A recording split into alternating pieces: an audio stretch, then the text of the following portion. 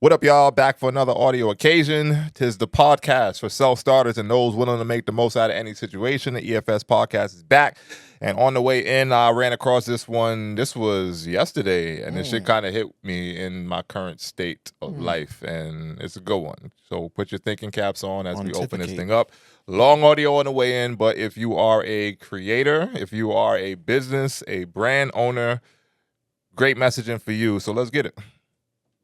Emerging public figures don't fail because they emerging public figures don't fail because they lack talent. They fail because they misposition their product. Welcome back to my series, Talent Isn't Enough. And today we're going to take a little bit of a detour and look at the dangers of mispositioning in the market. Let's jump right in. First up, we have Wale. Wale is my prime example for misunderstanding your product. Wale is an ingenious poet. His real product isn't necessarily bars, it's emotion and wordplay wrapped in vulnerability. But because he framed himself as a rapper, he competed in a game that doesn't value softness. He kept trying to be seen as top 5 when his actual lane was kind of 101. The product was never wrong, but the positioning was, which invoked insecurity in him and thus created a gap between him and the audience. Next up, we have Noah Lyles. Noah Lyles is a prime example of a go-to-market misfire. Noah Lyles might be the fastest man in the world right now, but speed doesn't sell if the audience isn't with you yet.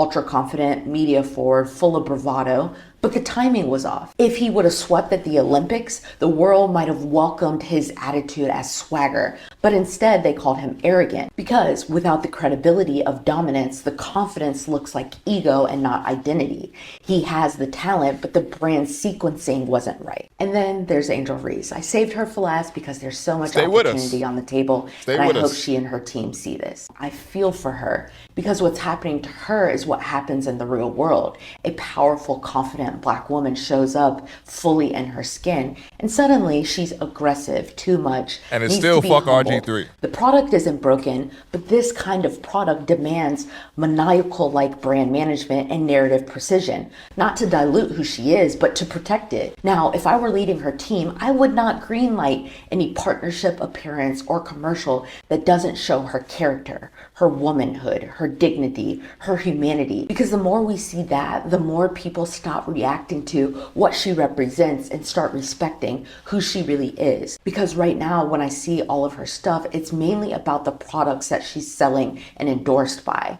And that is all transactional. And what lasts is character and humanity, showing us the woman behind the athlete. She needs character building. That's what creates insulation from criticism and a brand that's rooted in purpose, values, and something deeper than her performance. Something that shows us she's not just a competitive baller, she's a woman with soul who just happens to hoop very well. Wale, Noah, Angel, when you misidentify the product or missequence the strategy or miss the chance to tell the full story, you leave a lot of power on the table. Brand isn't just how you show up, it's the story people tell about you when you're not in the room. Make sure it's the right one. All right. Well, with that being said, Long audio. But again, I think very great messaging and a different understanding of, what it takes to be forward facing as far as, in front of people, in front of the masses, the public, for them to judge, for them to criticize, for them to accept, Exactly. There you go. So just very profound. That one hit me. I love that. And I figured I'd let the whole audio rock. I know it's long, but hey, man, sometimes we got to hit y'all over the head with a good one on the way in. But as always, man, as we get this thing rolling, let my theme music run. Run? All right, There we go. Bang, bang, bang. Damn, son, where'd you find this? Facts.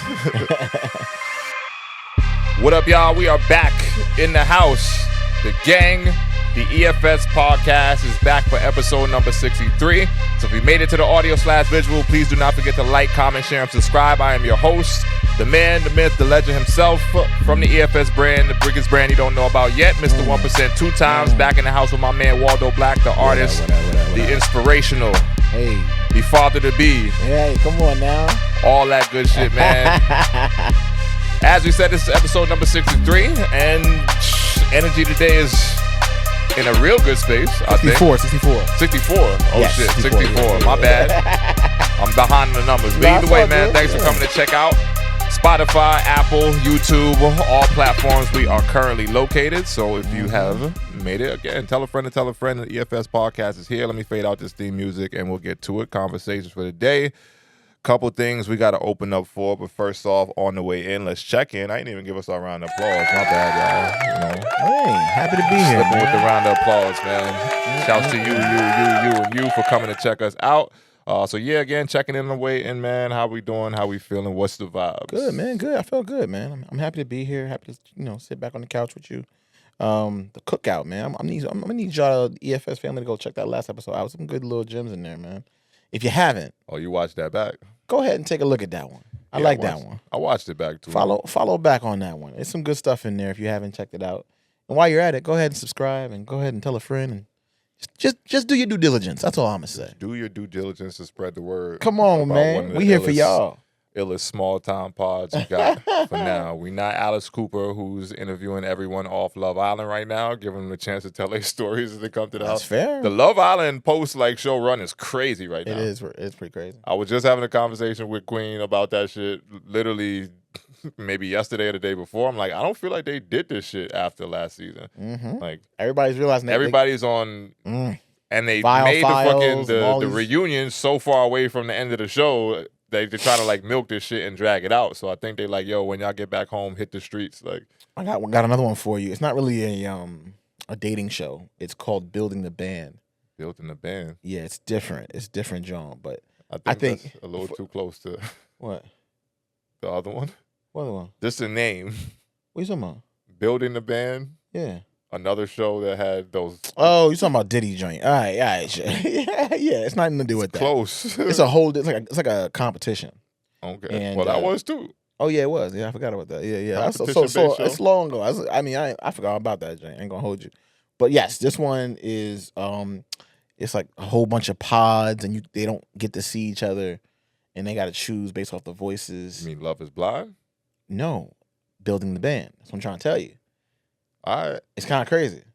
This should sound like a lot of other shit. I know. This is what I'm saying. It's Netflix. It's a Netflix reality show, and they blended it all together. Oh, all right. Pretty much it's a bunch of singers, and they get to go blindly sing on stage. It's a musical, yeah. Yeah, and you don't get to see them, but you get to hear them, and then as the audience, we get to see them. But the people that are in the pods, they can't see them. Mm-hmm. So they go based off what they hear, and they like the person, then they get to talk to them for a little bit, and then they try to make a band out of not meeting each other. And it's actually kind of fire.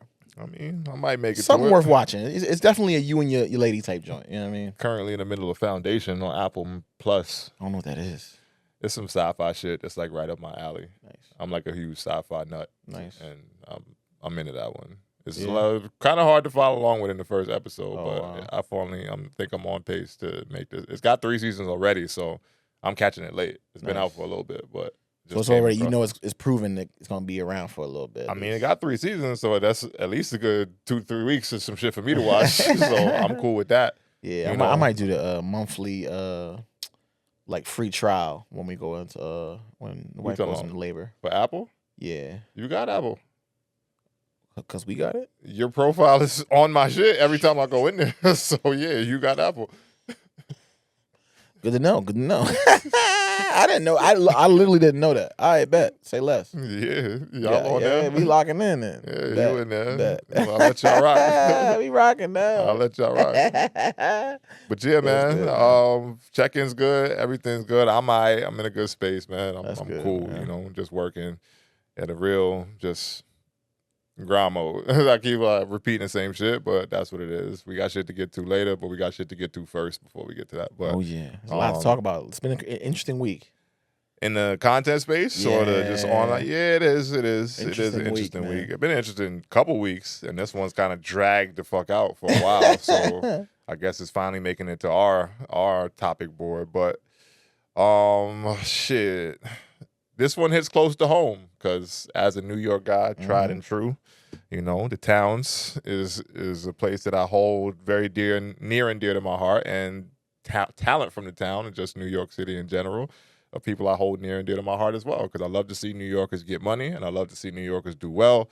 But we also have to open up for conversation on New Yorkers sometimes when niggas is out here doing and saying things to heat up the streets, you know? Mm-hmm. So we talk about Nicki and everything that she's been doing right now, and as of late, again, feels like forever now since she's been on her little tirade on the internet and online. And yeah, I guess we just gonna open up for how we feel about it.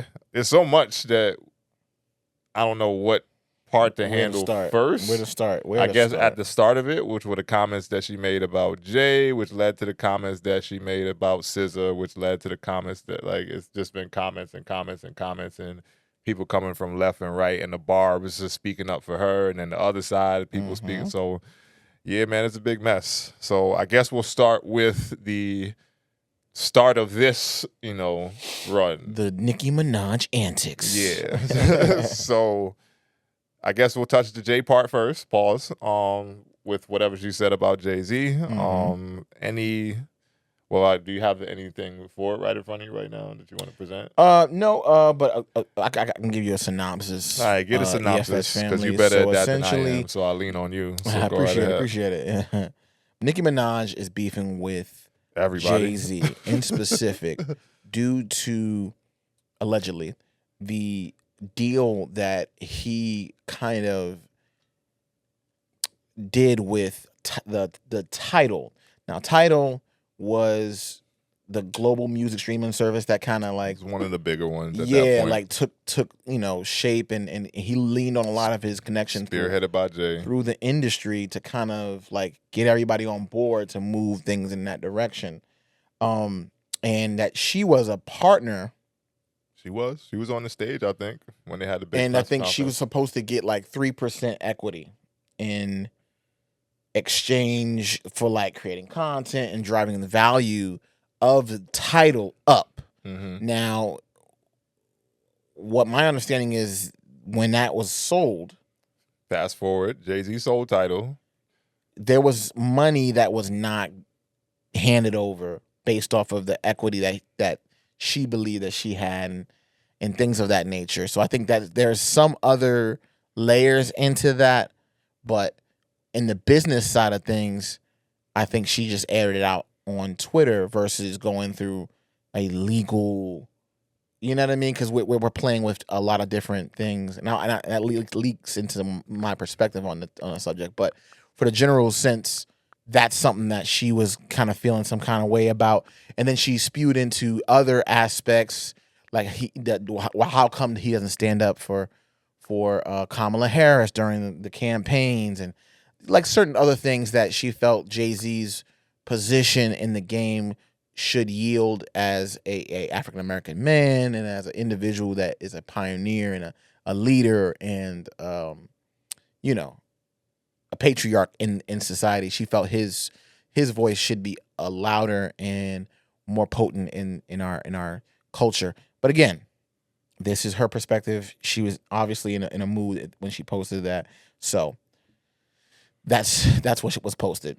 I also think that there was some confusion between Live Nation and Rock Nation in some of that too, and she was accusing Live Nation or like Rock Nation, but she confused it with Live Nation. I don't know about that detail, but I know that this is all a part of those issues that she's had over a course of years, and I guess she felt like it was the only way that she can get attention and words brought up was, I rebuke that in the name of Jesus. That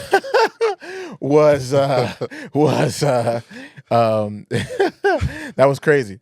That was crazy random. Yeah, we just had some shit fall on the side of the set, y'all. Everything's all right. Yeah. But I was just gonna say. But so what's your perspective? What you thinking? How you feeling about this? I mean, what's your thoughts, man? First off, good job breaking down the details. Yes, sir. Because details matter. Yes, sir. Not all of the details and facts within a safe situation, but a general synopsis. So shouts to you on that. My feeling on the matter, and my core feeling on this is that prominent black people bickering in public never works well for anybody. Interesting. I think,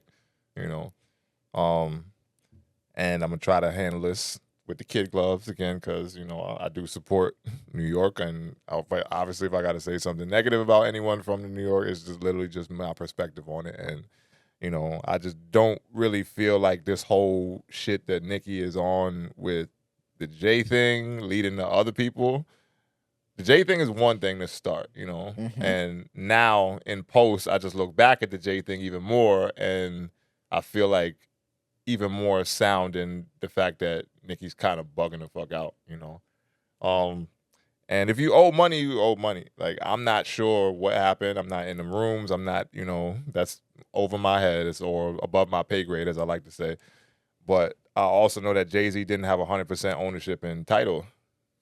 So, yes, Jay-Z did recruit y'all to bring y'all into the process of, promoting Tidal, which he was trying to do at that point. And one of his big selling points was that Tidal had a more friendlier artist split versus the streaming company compared to other, platforms like Apple and Spotify. Even back then, like, there was other streaming services that hit first, but Jay-Z tried to make one that was more artist friendly. Not make one. Jay-Z partnered up to help promote one that was going to be more friendly for the artists. Business is business. He was in there for a while. He decided to part ways. He sold it for, they sold it, to Square for like $279 million or something like that, is from what I saw on one of the breakdowns about how the, whole thing split. So from my side of it, I don't know how much she was actually supposed to get from that. Like, God, listen, that's above my pay grade. So I just also don't think that is you doing anything by going to social media and trying to rip people apart and say that Jay-Z's responsible for this and Jay-Z's responsible for that. And if that's your initial issue with Jay, that's one thing.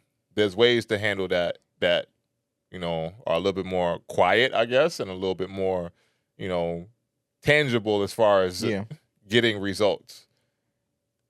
The social media shit where you're just on there talking about, texting about, and just firing off messages about how you feel about it is kind of just corny to me in this instance. And I'm of the mindset that she may be under the influences of things to just be on this path the past few weeks or however long it's been. So and I'm not saying anything, this is alleged, but there has been rumors that she likes to substances and stuff like that. And I think this could be one of those moments. If it's not, then it's even more like, what are you doing? Because, you're not really helping yourself out in this case, And I just think it's poor taste and kind of sad and kind of messy, And I do love how Jay, whether right or wrong, when it comes to Jay, I do love how he just takes a stance of I'm going to let y'all argue it out in public and I'm going to just fall back to the side and just,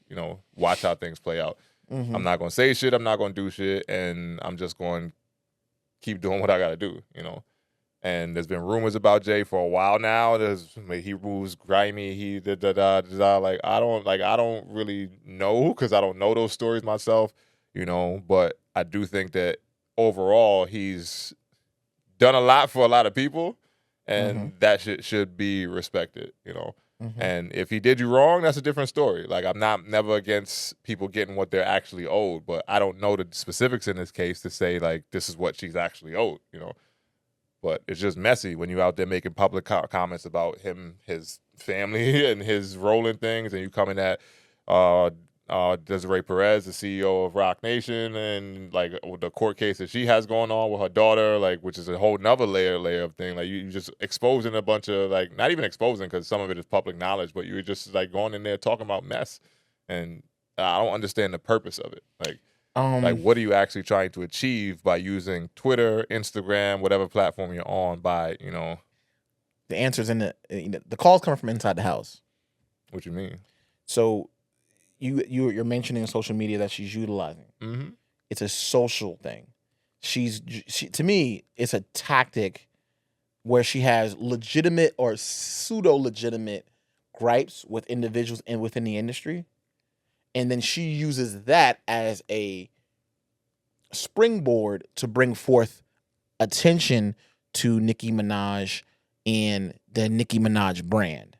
Oh, right? I mean, so if it's clout, that's clout. But clout, I'm not with clout for burning bridges. Like, I don't know if there was a bridge ever there though. There was a bridge there. I don't know though. I mean, there was at least an industry bridge there. Maybe. She's been on songs with Jay before. She's spoken highly of Jay before, up to a certain point in her life and career where things might have went one way versus Jay-Z another. hasn't done he's done maybe a feature or two, but he hasn't put out anything in what, 6-7 years? Sure, but the music I don't think that's not Nicki's sticking point on this. Like, she's going on some personal shit or what she's owed, apparently, from what it sounds like, you know. Exactly. But from my side of it, again, it's like you are taking shots for your own personal branding. Fair, I guess, if you're trying to heat the streets up. Yeah. But to me, it's like, again, burning bridges for clout is just not something that I'm. Is there about. a better? And I take that back somewhat because I just recently did the same kind of shit. That's what I'm saying. Like, so, but some bridges I'm cool with walking away from and letting the motherfucker burn down. I think that's where she's at. Right, that's fine if that's your perspective.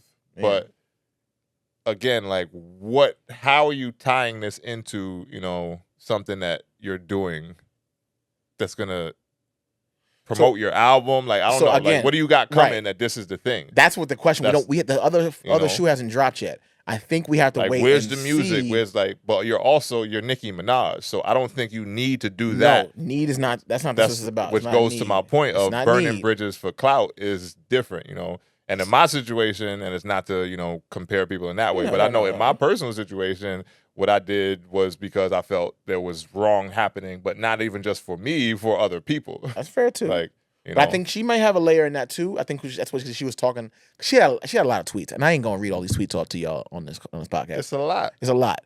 But I would say there's layers to this, right?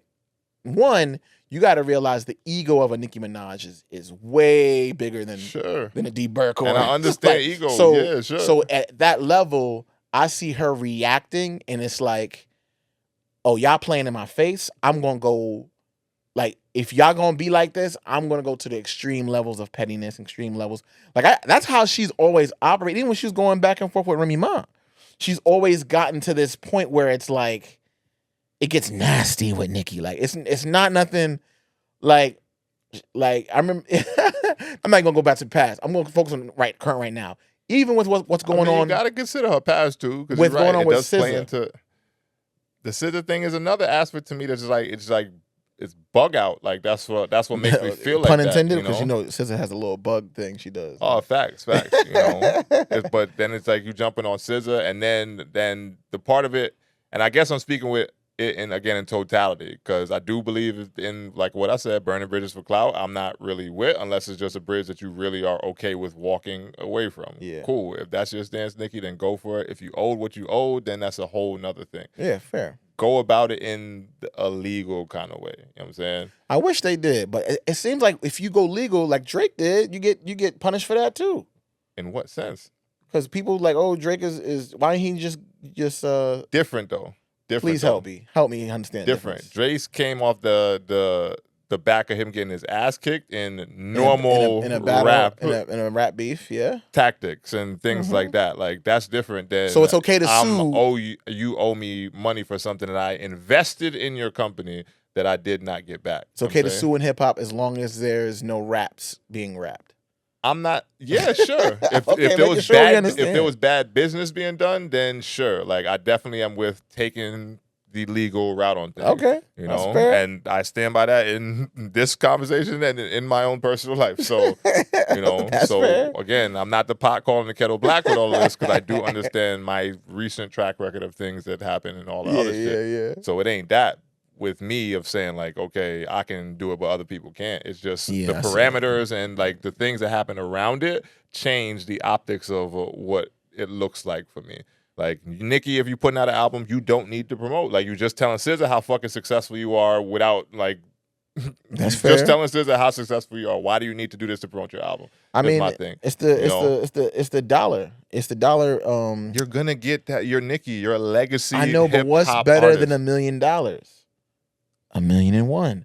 Like, that's and that shit to me. And that shit to me is where And I ain't that rich, so I guess I can't speak from that perspective. Yeah. But bro, if I'm ultra fucking rich, and anything I do is gonna be a hit, a smash, and to the point where I'm going to be able to generate some kind of revenue from it in my life to further my brand, my whatever I'm doing, like, bro, just do it in a way that makes sense without making a bunch of noise to where people got to look at you funny. You know what I'm saying? That's my thing. Like, if you got that kind of track record already, like, you're Nicki. You are Nicki Minaj. Like, you have the bars from now to forever. Like, and you've had them for years, and you have a core fan base.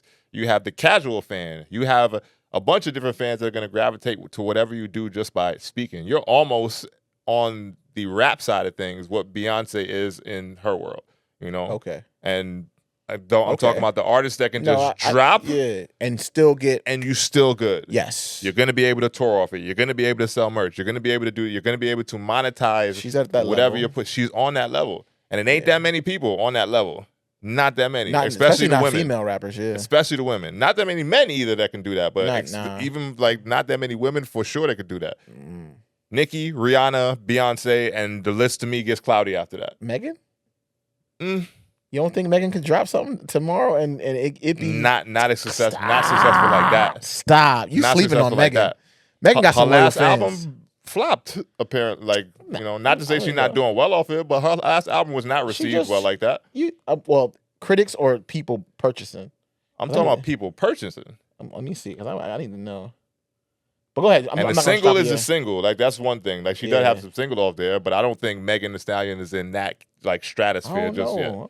You talking about ultra mega superstars with a track record of over almost 20 years of, like, you have that level, you know. Megan can fall off. Her most recent album debuted at number 3 on the Billboard. Number 3.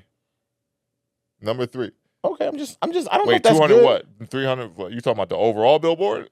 Yeah, the Billboard 200. She's number 3 on her most recent joint. Cool. I'm not sure if that's good, bad, or you number 3. That's not bad. I'm not saying Megan isn't a star. I'm just saying that she's not a superstar like Tyrese Halliburton. Right. I'm saying or Klay Thompson. And she's been hot for a little while now. But again, for the length of time, Nicki's been fire since 2009. She has a legacy of her pen. Beyonce even longer than that. Rihanna even longer than that. So I'm saying, like, that category of women who can just drop and without promotion, everybody's gonna run to this shit.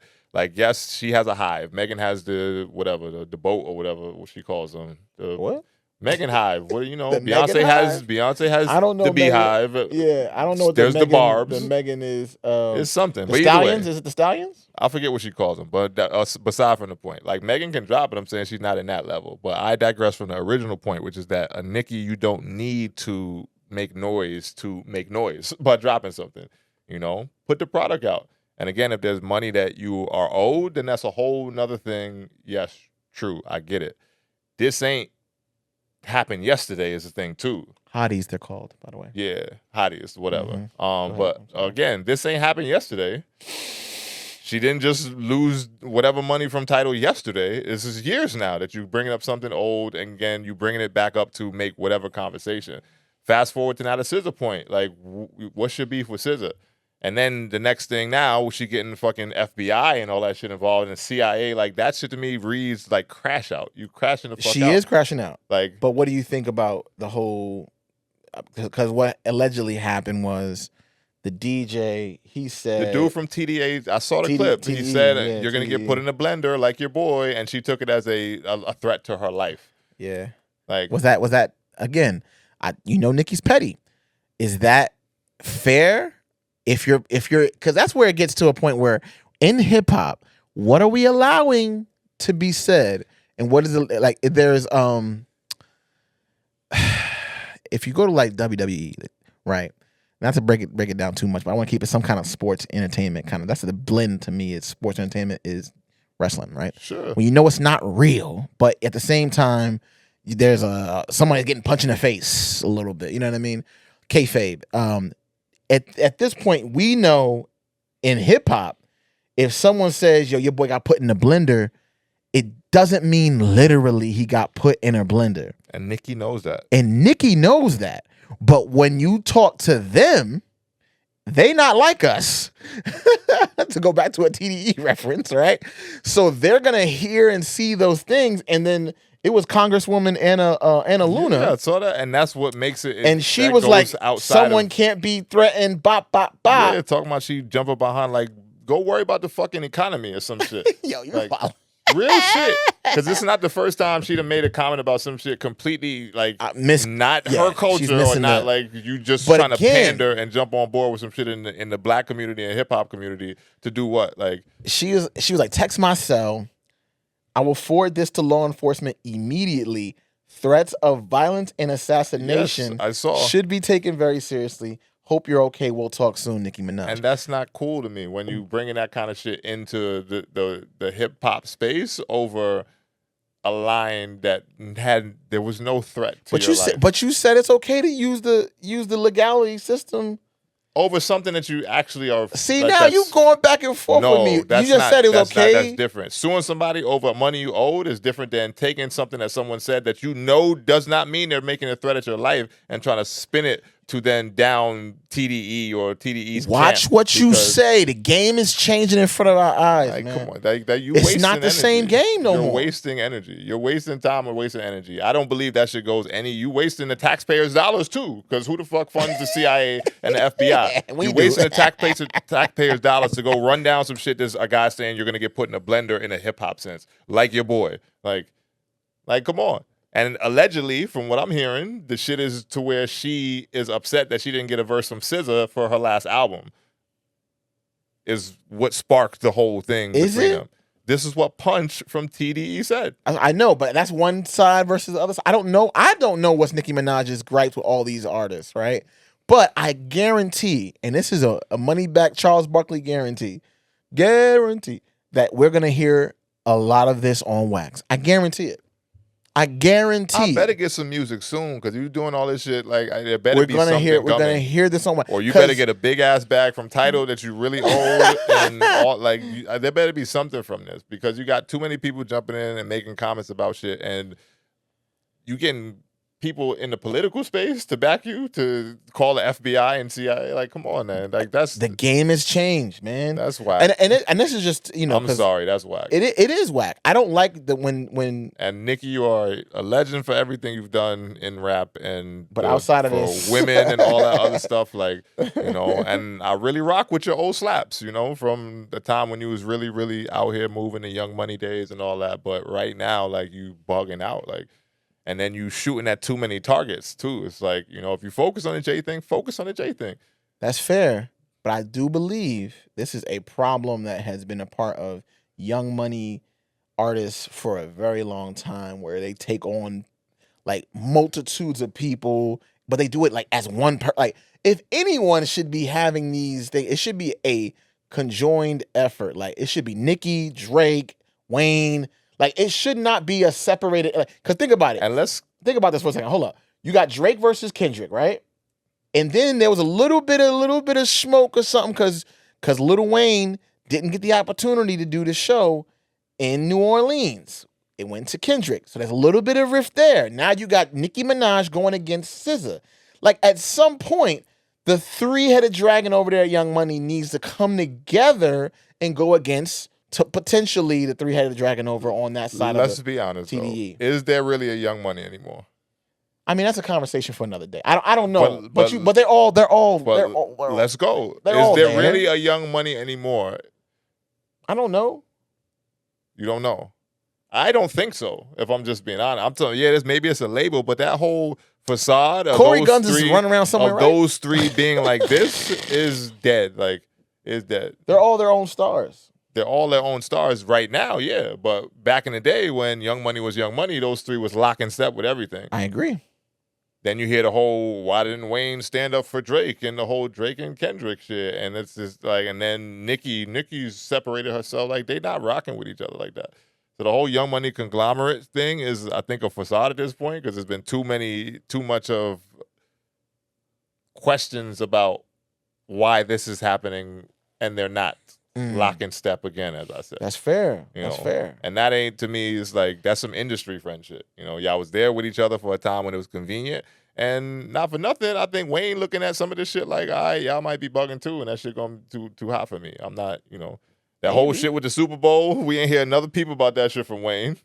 Well, another people that shit Wayne's from Wayne. You better not hear light, people about that shit from the nigga who might have chose somebody else after he paid your taxes or helped pay your taxes and get you out of some kind of debt. Like, that's fair. That's real fair. shit That's right fair. there. Wayne, Fuck the Super Bowl show. Jay-Z did do that. Right, and why you want to keep taking shots at Jay and all the shit that he's not done for people and this, that, whatever. Like, we talking about the person that helped get Meek out of jail. We talking about the person who has put up millions and millions of dollars to help fund things and black initiatives to, further that voice. And you mad and people are like upset at him for taking a job with the NFL and all that shit.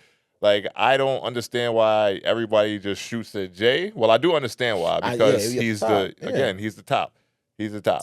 So everybody issues with that, to me, is just funny over the years. And I really, again, applaud him for just taking a step back and be like, all right, cool. Y'all got it. Say what y'all gonna say. Y'all not affecting anything that I'm doing, Yeah. My life, my business, my brand is just like Jay-Z fans is even more powerful, I feel like, than Nicki fans. Just because they might not say shit much, but they understand, like, bro ain't saying shit for a reason, You consider yourself a Jay-Z fan, right? Yeah, I'm a Jay fan. Over a Nicki fan. Of course. Yeah. For me, I try not to pit the two against each other because, again, I love to see New York win, especially in the music industry, the film industry. Too? No doubt. That's what I said. I rock with her just from being from the town. She's from Queens. Like, I lived in Queens for a part of my life as a young kid, Like, I support New York artists and New York people doing well in business, in life, and everything, And there's some shitbirds in New York, too. Of course, I understand that. But I rock with the town. Like, I'm a Knicks fan, I'm a Yankee fan, I'm a Giants fan. So, yeah, if you're from New York, I do want to see you win. But I also am not the person to sit around and, like, look at some shit and be like, oh, this is not corny. Like, and I think it's corny that everyone just shoots at Jay. Like, yeah, he's going to do someone bad in business at some point in his life. It's just going to happen. Like, I myself stand on my character and my, like, who are my morals as an individual. Facts. I've done people wrong in my life, too. Mm-hmm. I can accept it. I can understand, when I may burn a bridge for, something that went down, and I look back at it and say, yeah, I probably shouldn't move like that again. Or, the next time I get in that situation, I'm going to make this adjustment and, I'm going to affect the outcome of the relationship a little bit better, That's fair. Like, when you're in business for that long and you have that high of a level and status for that long, there's going to be someone angry at you. Relating it to the last gig, like, I wasn't even there for that long, but in my position, there was people who didn't fuck with me because I was at the quote-unquote top, and they didn't like how I was doing this versus that with no perspective or scope about what the fuck I was actually doing. So, not that I'm Jay's level, but again, leadership is a lonely, like, position, and to be the leader or the king or the elder statesman and have quote-unquote hip-hop on your back in that way, like, it's going to cause a point where you ruffle some people's feathers. Of course. And is that ruffle going to cost people millions of dollars? Like, on that level, hell yeah.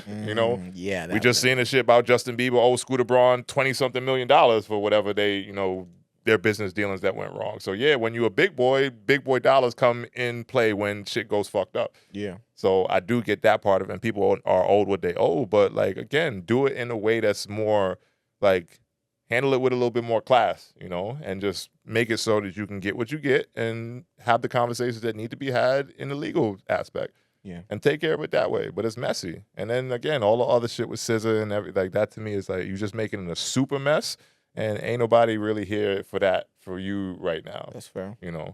I mean, on my side of it. Yeah, of course, the Barb's is going to run it with whatever you want to do. But for me, as someone who's a more, like, I guess, neutral on Nicki, and I can look at things objectively, I don't really think that this is the way for her, Well, we'll see how it lands, and there's still things that's gonna, probably gonna come out.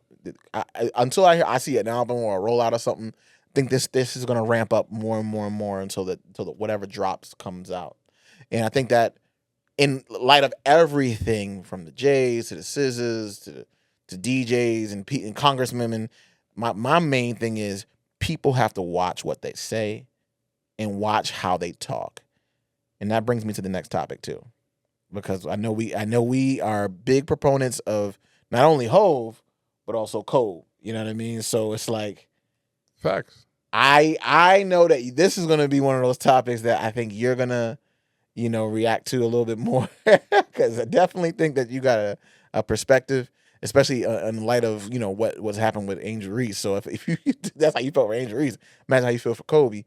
And Angel ain't even on your wall, right? So as of late, we've been getting a lot of, I'm just gonna call it Kobe hate, where people have been criticizing and talking about him, and he's not here to defend himself.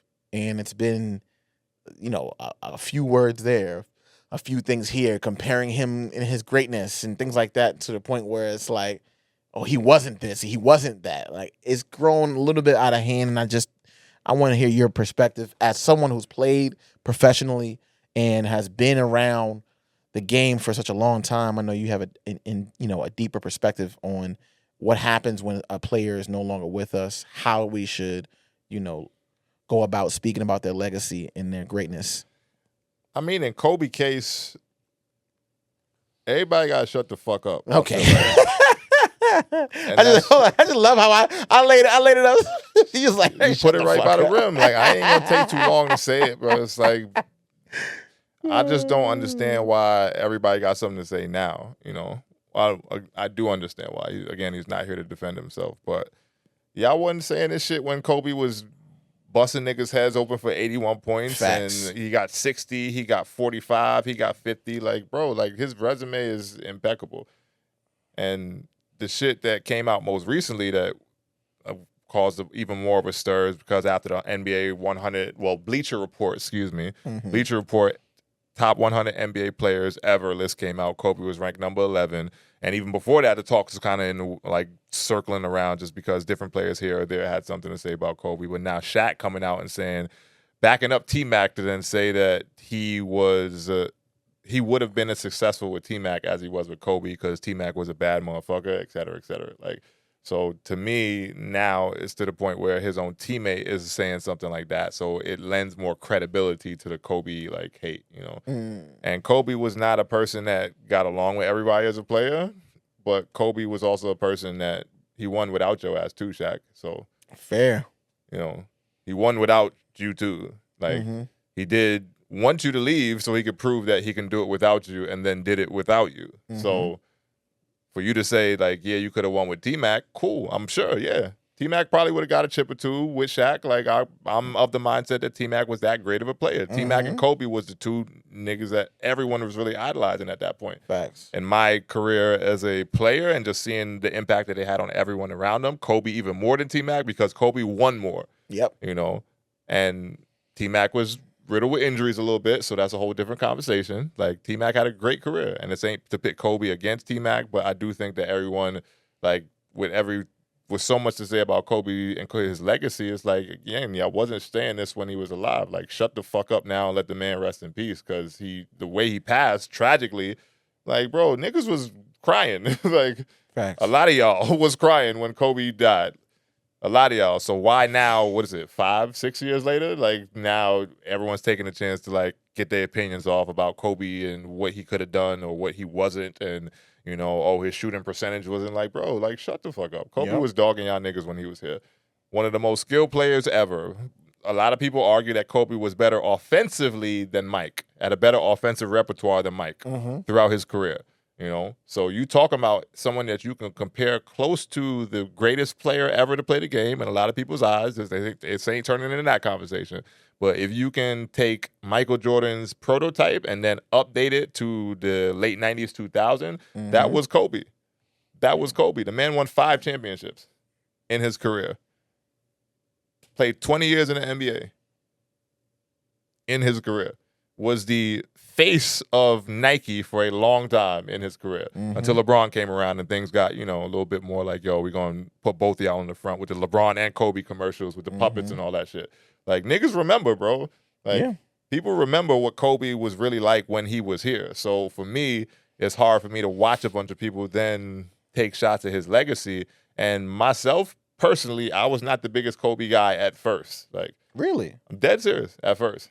Why not? I was a big Vince Carter guy. Oh, man. Shout out to Vince. Huge Vince Carter guy at that point. Vince I knew Kobe was nice, but then once I saw Kobe literally separate himself from all these other guys, and then the whole Mamba mentality thing just take over to where his career just skyrocketed from a ability to lead, dominate, and put the ball in the basket, like, to me, that was, all right, cool. I got to give it up to him.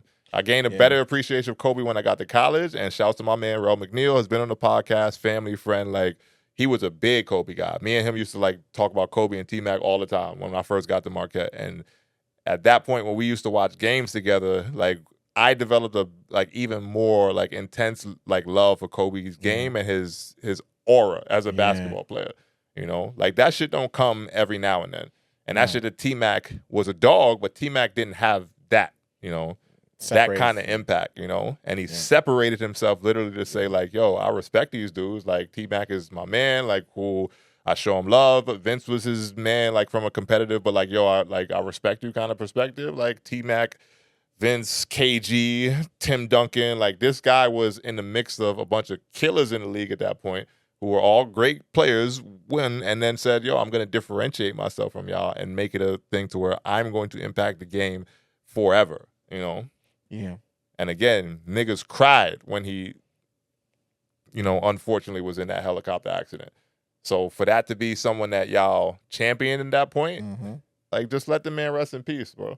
Yeah. Bleacher Report is Bleacher Report. They didn't play. They're going to say whatever they're going to say. They're going to put him wherever they're going to put him. There are a bunch of nerds writing reports about basketball. Exactly. I can only take that with so much of a grain of salt, so I think it was a little disrespectful for him to be number 11. But shouts to nerds. I'm not going to... Facts. Shouts to nerds, because nerds need a job too. You know, I thought it was a little disrespectful he was that low on the list, but hey, that's y'all list. Whatever. Your list. Whatever criteria y'all going on. You From people that played and people that understand basketball for real, like, that's where it gets a little bit more egregious to me. It's like, bro, let the man rest in peace. Like, you know...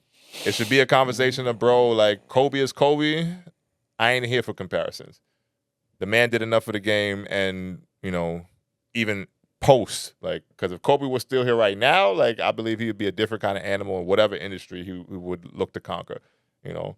You think so? Yeah, facts. And that's a lot of shit that y'all niggas didn't do either. Kobe won an Emmy, or what was the shit he won for the cartoon that he put out? Yeah, I think it was an Emmy. I think it was an Emmy. Yeah. Like, y'all niggas ain't win no Emmy. Oscar or something like that. One of the two. I may be fucking it up, but either way, you know what it is. You know what I'm saying? Kobe was an advocate for, like, passing on game to the youth and just putting his imprint on the next generation in a way that y'all niggas didn't. Like, you know, and it's not to say people don't do that, but again, Kobe did it in a different kind of way. And again, he won while doing it. So leave that man alone, let him rest in peace. And again, just shut the fuck up and just let someone who did a lot of great things in his career and in his life just have a legacy. Yeah. Just have a legacy that is untarnished and unopinionated about who he is and what he did and et cetera, et cetera. Like, the numbers speak for himself. The career speaks for itself. Just let it be that and just leave it alone. Right. You know? And that's just my perspective on it, man. It's just, and he on my wall, so fuck y'all. You know, okay. Real shit. If I could chime in here, real shit. On that list, and he's 11th. You know, it's hard to take anyone out the top 10 when you understand where. We could, okay. We could. I'm not going to do that because we're going to make it a longer number conversation. 1, LeBron number 2, Kareem number 3, Magic number 4, Bill number 5, Shaq number 6. Let me know when I'm hit somebody that you want to take it out. 7 and Tim Duncan. I'm taking Shaq out the top 10 for Kobe. What about Tim Duncan? Close. I might take Kobe over Tim Duncan. Kobe over Tim. Larry Bird. Larry Bird. Larry Bird. Larry Bird. Wilt Chamberlain. Also benefited from a lot of help too, I think. That's fine. Wilt Chamberlain. Huh? Wilt Chamberlain. And then Steph Curry's a 10. Wilt Chamberlain was playing against, like, come on.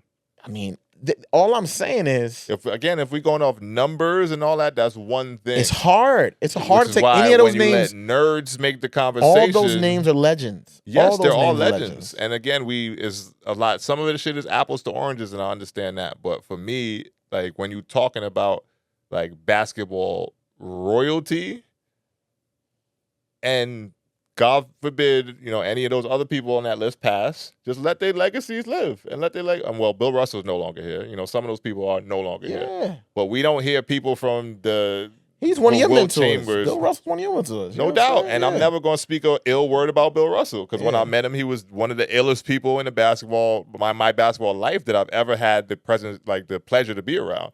Like, you can't say one wrong thing. You can't knock him out then. So, yeah, I mean, that's what I'm saying. But that positioning is one thing. I'm saying you're not hearing Bill Russell's teammates, people who played against Bill Russell, people who, competed in that era, I don't think Shaq was come out and say things like that. I don't think he was saying that Kobe wasn't great. Shaq, I know that. And Shaq didn't mean it with any kind of ill will, and I understand. I mean, the tone that he put it out there with, all the things that he said, he tried to do it with the utmost respect. But still, Shaq, just leave it alone, bro. Like, I think he's in a position where he's trying to help his current friend Tracy in a sense, and he ain't got to do that. Let Tracy handle his own shit, and then you just be someone who won with Kobe. That's fair. And understand Kobe's legacy to be like, yo, T-Mac was a dog. I'm not going to further this conversation by comparing how I would have won with T-Mac. That's fair. Versus how I would have won with Kobe. That's fair. Because that, to me, lends credence again to people shitting on Kobe. Yeah. I see what you're saying. The ones that want to. I see what you're saying. So for me, it's like if you in the game, you understand basketball and how that shit is and was at that point. Like, some shit is just a rest in peace. Like, rest in peace to the legend Kobe. Let it rest, man. Let it rest.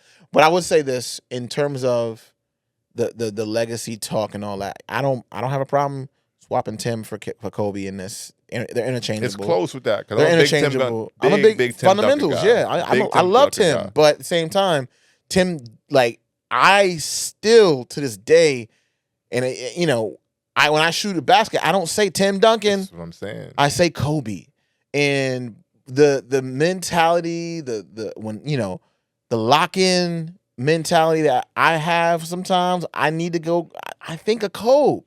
And that is because he, to me, transcended the sport. Exactly. So for me, on a personal level, yes, I agree with you, right? I want it to be like Kobe more than I ever wanted to be like Tim Duncan. Like, and that's okay. And I think that's fine. That's why I said they're interchangeable. To me, you can put Kobe there or you can put Tim. I get it. Now, in terms of how people talk about the past legends, we've been doing this for quite some time. Like, you know what I mean? Remember earlier, on an early episode of Pod, we had the Done with the 90s thing, and they was talking trash about the 90s players and all that. Mm-hmm. Again, I get what they're doing. They're trolling. So I don't subscribe to any of the trolls. If you feed them, they will keep growing. So I just like Gremlin. Remember Gremlin, that old movie? You feed the Gremlin, and next thing you know, you feed them more than once, and next thing you know, they go crazy. So I just don't even like subscribe to any of the negativity. I live with positive vibes. I carry positive vibes with me the entire time. But you trust and believe. There's people that are gonna pull up on you with all this energy. If you a troll out there, be careful what you say. Okay? And I'm not saying that to say that you can't speak your mind. If that's what you want to say, go ahead. Speak your mind all you want. But be careful because somebody might be cashing that check one day.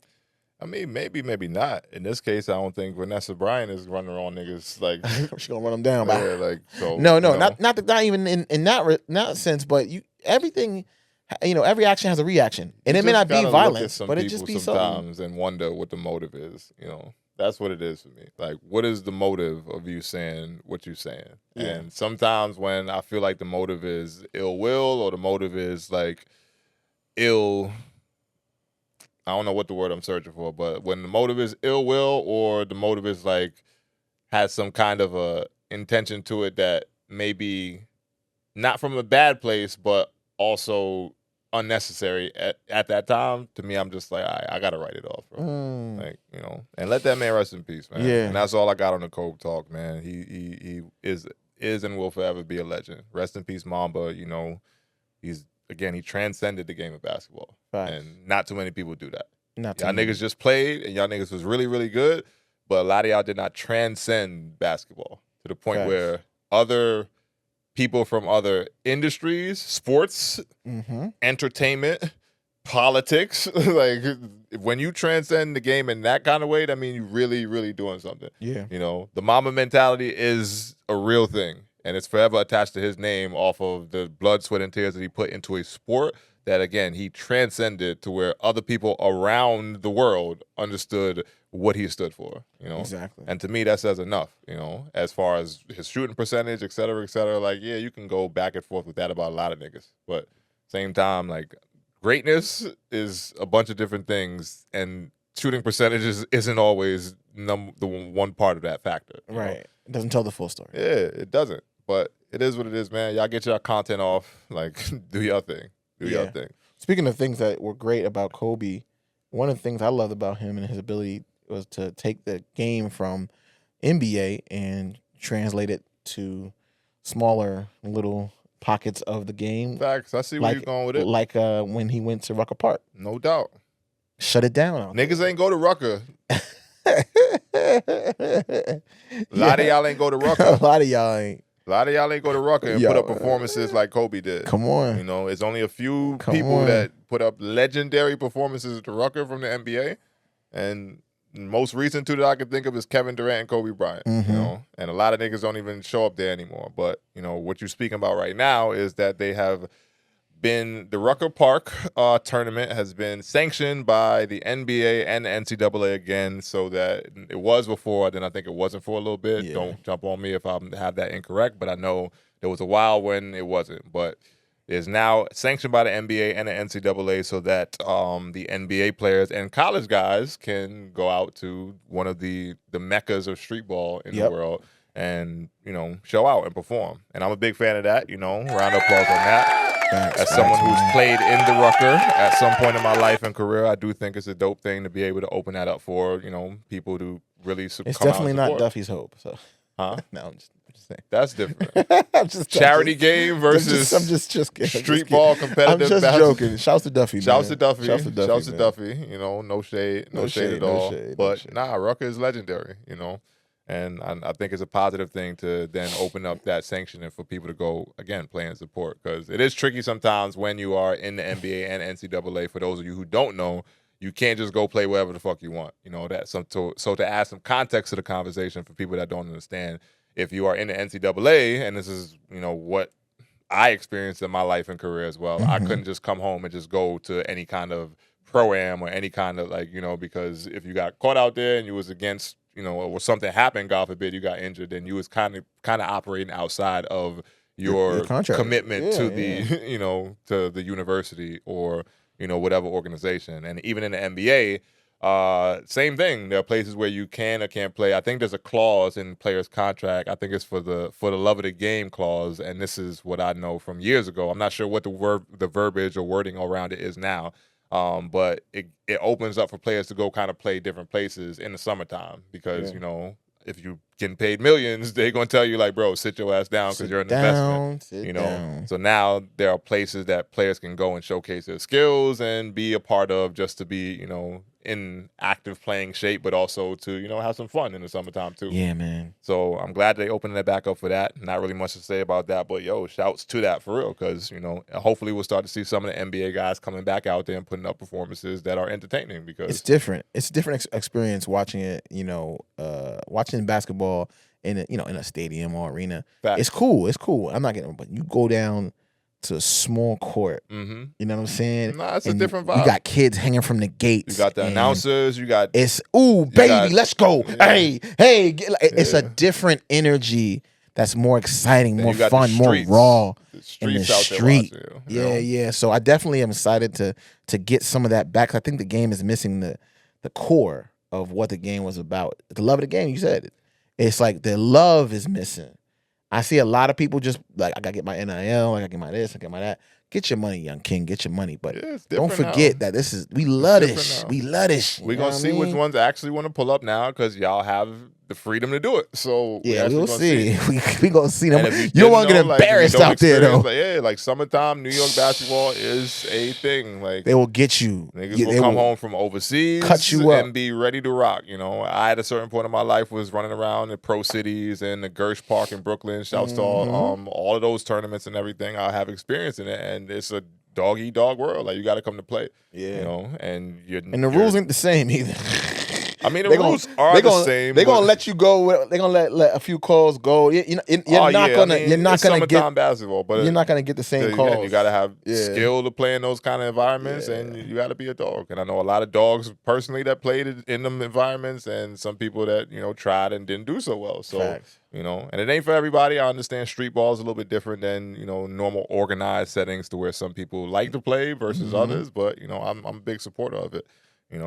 My story is doubling back to the whole Rucker thing. The run that KD went on when he came to New York that summer, because he did have a performance in the Rucker that is legendary and is all over the timelines or whatever when people want to post about it. But he came to New York and played in every major tournament that existed at that point. So he played in Rucker, he played in Dykeman, and he played in Pro City, which is another tournament in New York that I used to play in when I was, at that point in my life and career. And right after the day when he played at Rucker, his next stop was Pro City. And guess whose team he ended up playing against that night? Oh, I wonder. Was it your team? Yeah. Come on, man. Like, I ran into KD that next day after Rucker, and I'm like, oh, shit. How'd that work out for you? He gave us 35. Light 35 too, light easy, 35, light work. And that was when me personally, I'm like, okay, I'm getting up for this game. Like, KD out here, like, word, like, it's live, it's lit. Like, we about to see what this nigga's really made of, and he's made of everything that niggas thought he was made of at that point, and made of even a lot more now because that was early in his career. But he dogged us that night. Damn, that's crazy. Like, dogged us, and I think he had 60 something in the Rucker, so 35 was kind of light for him. But I'm curious how much you had. I think I had like 16 or 17. Okay, that's fair. 16 against KD. Nah, I mean, it wasn't. I ain't. I'm not doing that. I know. But that's how what's name. Doing that. That's how Gilly. That's how Gil Arenas talks like team it. He got 16 on. I put 16 on him. Yeah, nah, I ain't gonna do that. I ain't gonna do that. That ain't 16 on KD. Like, that's fire. I ain't clout chasing like that. But he did. Yeah. And it was a couple of times when I guarded. I got maybe a good like 12 of those 35. Like, nice. Personally, just because I'm like, this nigga's a tough cover. Yeah. And at that point, I've been vocal on this podcast. The toughest personal cover I had was Mike Beasley up until that point in my life. But then when I ran against KD, I'm like, oh shit, this nigga's the deal. Like, for real. That's fire. I can see how he is what he is in the NBA at that point, and now what his career has transcended to be. Like, so I wonder if there's any footage of that game. Probably somewhere out there. Yeah? Probably somewhere out there. Oh, okay. He hit me with that shit the one time where he was really doing that shit a lot, and he patented that shit in the NBA to where he like sweeps through and get then, your hand. Yeah. I he got hate me with that move, but it works time. so well. Yeah. He's so lanky and he can extend the ball in his and movements. it happens quick, so it's so kind of quick. like you fucked if your hand's gonna hit him. It's nothing you could do because you have to contest him because he can shoot the ball, and if he's anywhere in the mid range, he's gonna pull up over you. So as a defender, you just trying to make it tough on him. You get your hand in there, he uses your shit, manipulates your momentum, and he has Pause. 3 inches on you. 4. Man, you 6'8". How tall is he? 6'11". I said this to him personally in the game. This is off on a tangent at this point, but fun story. But I said this to him in the game when we was playing. I'm like, bro, you're not 6'10". Like, yeah, get the fuck out of here. That's 6'10" bullshit. I said, bro, you're not 6'10". I said, my nigga, you 7 foot for real. And he laughed, he chuckled, and then continued to dominate the game. I'm just like, bro, continue to smoke that ass. Like, bro, you tall as fuck for real. So I think he was 6'11", 7 foot in my story, and that's what I'm sticking to. Yeah. Whatever that shit says on his player is on 2K. Yeah, on his 2K or his player profile. Like, that nigga 6'11", damn near 7 foot. Or at least he felt like it. Pause. Yeah, I would love to see the footage of that game, man, just to see how he played. One, how he matured in the game, and how you played, and how you stacked up against him in terms of levels of competition. I'm just saying, I would love to see it. You know what I'm saying? But yeah, it was fun. It was a fun experience, though. I will say that. Best player I've ever guarded personally in my life was Kevin Durant, and it was in that certain scenario. So yeah, I mean, you probably would feel a little bit embarrassed, huh? Huh? If you saw the footage, you'd probably be a little. I wouldn't be embarrassed. Nah, hell no. Okay, that's good. My career is my career, bro. I'm not like embarrassed. You're not running from it. No, I'm not running from it. It's out there. It's on record. Like, some of it is on footage. Like, it is what it is. Like, and I did a lot more than a lot of y'all niggas. So if you want to talk shit about what I did, then cool. That's fine. Or to segue from footage that's potentially embarrassing. Not everybody can say that. Before we get there, though, real quick, though, did you see please. the shit about, and we touched on this, pause, we touched on this real quick, but you see Shannon paid that girl? Did he? The settlement? The shit has been dismissed with prejudice, I think. Oh, okay. Is what the verbiage was around it. Okay. And it was settled behind the scenes. Yeah. Crazy. And the girl quit OnlyFans. She put out a statement saying she quit OnlyFans. I bet she is. Fact. All that money she got. Fact. I don't know. It wasn't $50 million. Of course, it's an undisclosed. He coughed up some money. Yeah, facts. He coughed up some bread. So yeah, to put that to bed. Mm-hmm. And he can go on and make some more money in the rest of his life. I want to see if he's back on ESPN. That's what I want to see. He might land. We'll see. If it's settled, it's settled. It's settled, but the stain is still there. I don't know if it's a stain, but it's definitely it's an asterisk at least. Sure, we'll see. It's an asterisk. I was just bringing it up, but that's interesting. I'm glad you brought it up because I forgot. You know what? I think for me at least, as I become a father, step into my manhood to another level, I've kind of separated like any of these guys. They're just guys trying to do the best they can. They're flawed. Like, I get it. Take these niggas off the pedestal. There's no pedestal. There never was one. It was all an imaginary thing that we create in our heads. These are just human beings, and we're all flawed. So I look at him, I look at her, I look at all just humans, just Adam and Eve in the garden eating the apple. That's all y'all is, man. More flaws. You seen Joy Taylor situation? She's going from Fox, but she's doing her thing with personal podcast or whatever. Too personal, yeah. Yeah, personal podcast. I forgot what it was. It's again a lot of these people. They make these pivots. They make these maneuvers because they need to figure out other ways. I think she'd be all right. To get to a bag. B. Simone, another one. She's pivoted to now doing podcasts because she broke. Well, I ain't gonna come at her next. Was another story. But again, all these like people that are just like, I'm this, I'm that. I'm like, yeah, it's cool, bro. Until you not. The trip that you're taking up to the top of the mountain, bro, is the same. You gotta pass certain people on that trip, and how you treat them on the way up is how they treat you on the way back down, bro. So I mean, no doubt. You gotta be careful at how things roll out, man. Things that happened in the most recent news cycles that I was. I'm glad you have that, Speaking of recent news cycles, the biggest one from this week that we'll talk about that you was trying to get to before. For sure. Coldplay had a show the other day. They had a show the other day, and the meme that I found the funniest from the whole situation was that Coldplay hasn't made a single in years, and the other night they made 2. Nice. So nice. Made 2 singles. Yeah, I guess we will open up for this because shit, why not? This shit funny as a motherfucker to me, and it is a few different conversations we'll try to get through quickly. Go ahead, please. The CEO from Astronomer. Yep. What's his name? Andy what? I don't know. Andy Bryan or Byron. Andy Byron. And Joe Byron.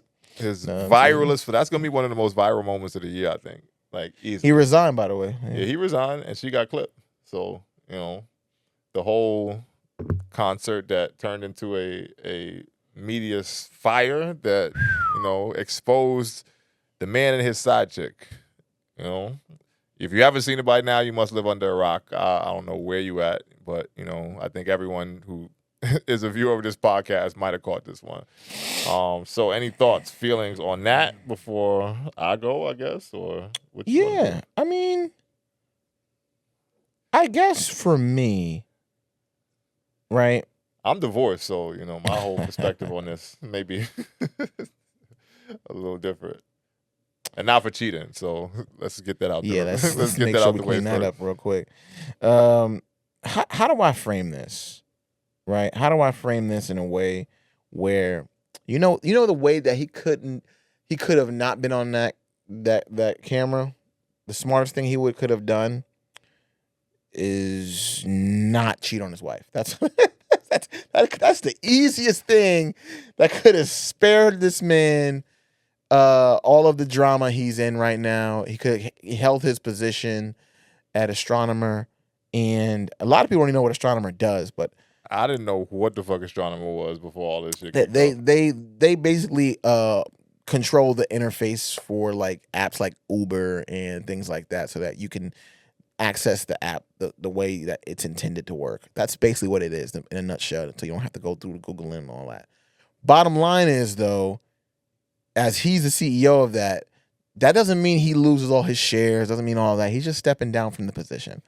He's still going to have his money. He's still going to be in control of things behind the scenes. I don't see this as the defining factor for him to not be able to still have power in the company. That's not what this is about. What I'm really interested in is the jokes. That's what I'm here for. I ain't really here for no deep dive. I just want to see this whole situation. What's going to be the fallout? The jokes is cool too, though.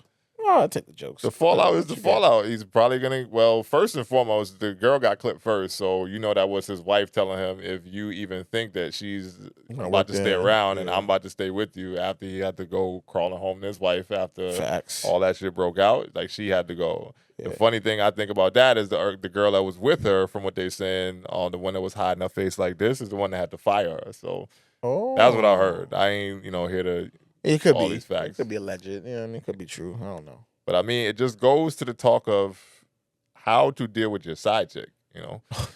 First off, this is a different take. Go ahead. I'm gonna let you have this one. Don't cheat.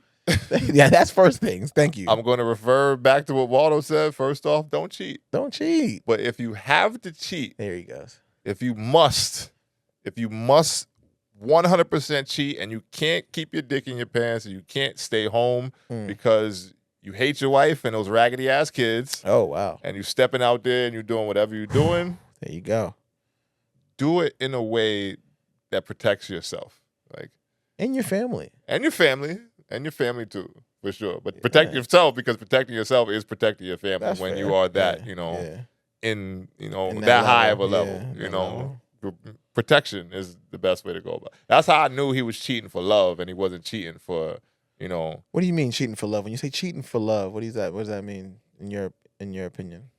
As a former cheater. This man is crazy. Former cheater, copy. In my past life, you step out there for two different reasons. One is physical. Okay. Sometimes you just get the urge and you can't keep your dick in your pants. And other times it's emotional, And they say that women usually cheat for the emotional side of things versus the physical. Men usually cheat for the physical side of things versus the emotion.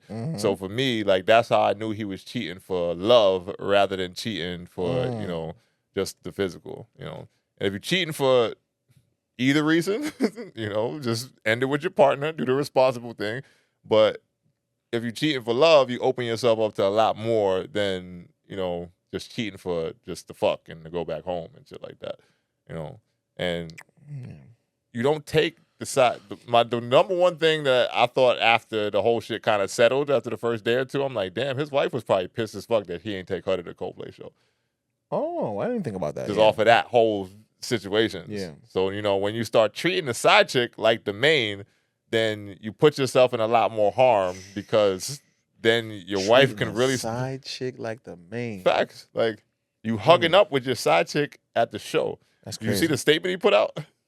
Well, that was alleged. Supposedly that wasn't a real statement. I saw that like a little small white with the black backdrop or whatever. You mean with the one where he said basically his private moment shouldn't be made public? Exactly. Yeah, that wasn't really his statement. Supposedly. Oh, for real? Yeah. All right, so I got, I don't know because in the world of AI, I don't know what's real anymore. Maybe not. You know, I did see that as a public statement on some account or whatever. I did see it too. Pretty credible. So I wanted to check it. I was like, well, I wonder if this is real. And even that perspective to me, like, if that was his actual statement, like, you playing victim, bro. Like, you can't take your side chick to the Coldplay show. Yep. Hug her from the back so gently while you're watching Coldplay play their slaps and their songs. Yep. And then get caught like that. Like, to me, no. Second part of it is you doing that shit at a work function because there were other work people there. Yeah. So that means it was known within the company that y'all was fucking around and doing y'all thing. Also, again, that we know you're cheating for love, versus cheating for the other side of things. Like, if you must cheat, don't cheat. But if you must cheat, protect yourself. Like, you can't treat the side chick like the main, because that's when bad things start to happen. And bad things might happen anyway, because whatever's done in the dark may come to the light, all that other good shit. But yeah, from my side of it, It's just you broke all the rules, bro, and now you paying a hefty price. Your wife might take half. My one man said that homegirl that he was cheating with might now sue him now because her life is fucked up. She lost her job. Oh yeah, you know what's interesting? Spin the whole power dynamic. Spin the powers. Yeah. Powers that be. I didn't want to do it. He groomed me. Right. He groomed me, and I was really uncomfortable there, and et cetera, et cetera. He took control of the situation, and I just followed. So that could now be in play too. So your wife gonna take half. You might have to break the side chick off because now she lost her job fucking around with you. So you in a whole world of trouble right now. Yeah, that's now you done lost your company or whatever, you know, your position within the company that you probably helped build in a lot of different ways. So good luck, buddy. Yeah, man. I mean, you got to stay away from the temptation. That's really what it's about. In the famous words of one Kendrick Lamar, you better off having one woman, everything else tricky right now. Okay. That's a quarter of the day. We can make it, but I just thought it applied in this scenario. It does apply really well. You know, apply really well. And don't be wilding with your side chick like that. Come on, man. You bugging out.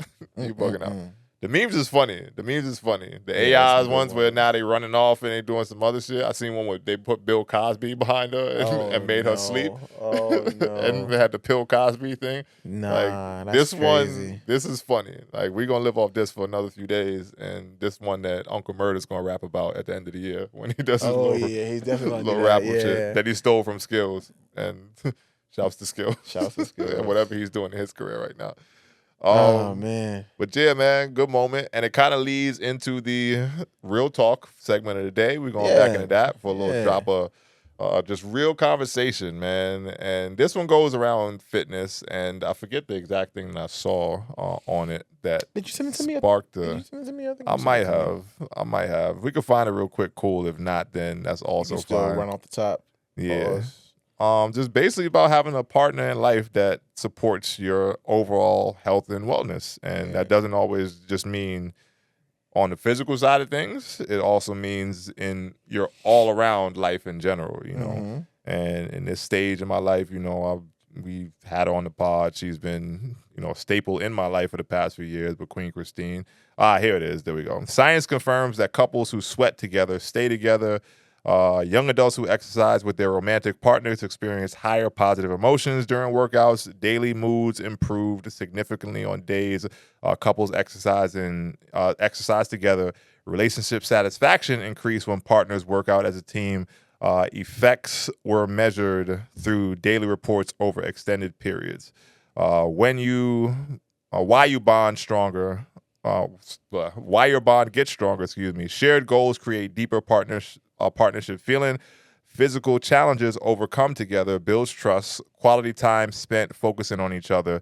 Mutual support and encouragement strengthens emotional connection. So this was what sparked the whole talk of the day. And sometimes I'm a person who is a big, well, not sometimes, all the time I'm a person who's a big supporter and advocate of just general health and wellness and just physical fitness, and that being something that catapults your life forward to where it's a routine. But I do think having someone who supports that routine and helps to share in that routine with you makes it that much easier, you know? And today I was with her working out early. We do our Sunday things, and it's a part of our weekly time that we spend together because, you know, works out on Sundays at this point for both of us to get a nice workout in.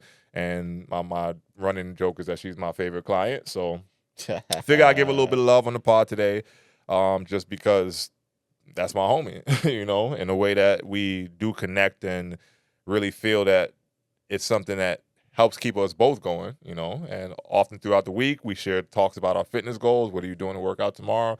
What are you doing to work out tomorrow? Are we going to work out together? You know, what you work on today when we get back home in the house at night? So I think it's something that is a staple in our relationship, and as someone who supports fitness and is a fitness professional, training professional, whatever you want to call it, I am a big, big supporter of those who work out together with their partners, you know. Some of my clients is husbands and wives, like, you know, and they both work with me. One comes in at one time. They do the little awkward exchange things with the car, and one hops in the car, takes the kids home. It looks like they do the, whatever they call it, the divorce drop off. Oh, yeah. It looks like that, but it's just literally because like, nah, I'm going to work out now. You take the kids home, and I'm gonna get my hour in. So I do support that kind of lifestyle, because when they both get done working out with me, they get at home talking about what they did with me that day. And they check in the next day like, yeah, so and so they really liked that they did that, or the wife in the scenario, not trying to call out names, the husband came to work out with me first, and he was bald, like cut all his shit off, and he ain't tell his wife. Wow. So I was the first one to see it, and I'm like, does she know yet? He's like, nah, I'm about to just pop home and then see what's up, Oh, wow. So she came back in the next day, and I'm having a conversation with her about, how'd you like the haircut? She's like, oh, she said what she said about it. It was positive, it was cool, but just seeing that dynamic between those two was another thing that like supports this conversation. So a little share on that. But either way, I think it's dope to have someone that you can share in those goals with. And again, for me, health and wellness does not just relate only to a fitness sense, but also all throughout your life, That's fair. And it's great to have someone that supports your goals. Facts. Whether it be business-wise and professionally. Like in my stage in this like transition in my life and career, she's been like pretty much lock in step with helping me figure out what the next step is for me, and not to where she's offering her opinions where they're not not solicited, but literally like, hey, what do you think about this? And she's like, yeah, I got you. Like, let's organize this. Let's put together this spreadsheet so you can figure out blah, blah, blah. Like, like how's it going with the process? Like she's asking me, and then I'm giving her a chance to really just open up on what things like are happening. And she's like, well, I've been in this industry, management and helping to run businesses for this like a longer time. So, this is not her saying this, but me knowing this about her, she's offering perspectives. I'm like, oh, that's dope, Yeah. And then from there we go work out, or after we work out, we talking about it. So, I think it's just dope to have a partner that supports that for your life in general. And again, it just builds connection, and puts you in a position where you're not going to get caught at the Coldplay concert hugging up on some other. If they was working out together, I bet they wouldn't have been in this situation. Hey, they might have been in a different situation if that's the case, but at the same time, maybe potentially. But just focusing on your health and your mental wellness is going to always lead you back to what your true sense of self is. And I feel like this dude is weird, so I'm not even going to try to analyze Mr. Byron, but rather knowing that I'm focused more in the gym, doing what I need to do myself. It does help me kind of refocus always on making sure the family's good, making sure my wife is good, things like that. Because I already took care of aspects related to myself. So I'm like, all right, I did my part today. At some point in my life, going to the building that is the gym was the hardest thing. Mm-hmm. And then being able to know, I'm like, all right, I can get there, and that's covered. That's done already. I already did that part. I can then lay focus on other things, whatever those needs are in my family and my relationship. So I completely agree with the sentiment that you working out together, you sweat together, you're building a different connection and bond that almost you're strengthening not just the muscle of, the physical, but the relationship as well. Facts, no doubt. So, shouts to Bay on that one. A little round of applause for you. Give a half of applause, but full applause if we have more time. But shouts to you on that, and shouts to all the couples out there that get their sweats in together, and that is a staple within their relationship that helps to create a great foundation for longevity. So that's that on that, man. And with that said, we will get to our quote for the day and wrap things up as we find my quote. Something up with my shit today. It's all good, bro. It's all right. But nah, this one's easy. I know where it's at. We just had a technical issue getting in here. But either way, quote for today is going to be something fitness related, just because we're kind of in that space. And I'm diving into a lot more of a deeper understanding of things now that I'm out on my own, with my own knowledge and, just working towards making myself better and being able to serve people more. Yeah. This kind of goes to the quick fix fad, like diets and just the shit that gets put out there oftentimes in the fitness industry that's just kind of bullshit, Yeah. Not to say that health and wellness and fitness isn't positive in general. So of course, if you're doing something, I'm glad you're doing something. But I think a lot of things nowadays are kind of like super niche and a little bit like not holistic in a sense, you know, and you just focus on one aspect of it and you make that the one thing that you got to run with. And if it's something that you need to sell your product, of course, go for it. But, you know, there's always a deeper understanding that people should have about what fitness, health, and wellness and just the all-around approach to maintaining a healthy lifestyle should look like. Yeah. So today's quote is one that came from people that I'm working with, actually, and they're not paying me, so I'm not going to put their name out just yet. At some point, if we have that conversation, shit, cool. I would love them to be maybe a sponsor or something for the podcast. But at this point, I'm going to save it. But they did come up with good content that they share with me, and I'm reading it to y'all here. It says, you know it takes more tools to build a house than a hammer, so don't fall for internet BS claiming one stretch or exercise will fix your pain. So one more time, it says, you know it takes more tools to build a house than a hammer, so don't fall for the internet BS claiming one stretch or exercise will fix your pain. Not just fix your pain, fix your your weight loss, fix your muscle gain, fix your et cetera, et cetera. There's a bunch of different factors that go into it, and you have to think, you know, you have to look down more than one tunnel, you know, to be able to have a great overall fitness experience in life. So with that said, man, that's all I got for y'all on that. We'll wrap this thing up by telling you to stay safe mentally, physically, spiritually, and all things in between. So until next time, the EFS podcast will catch you later. Peace. Episode number 64 out. See ya.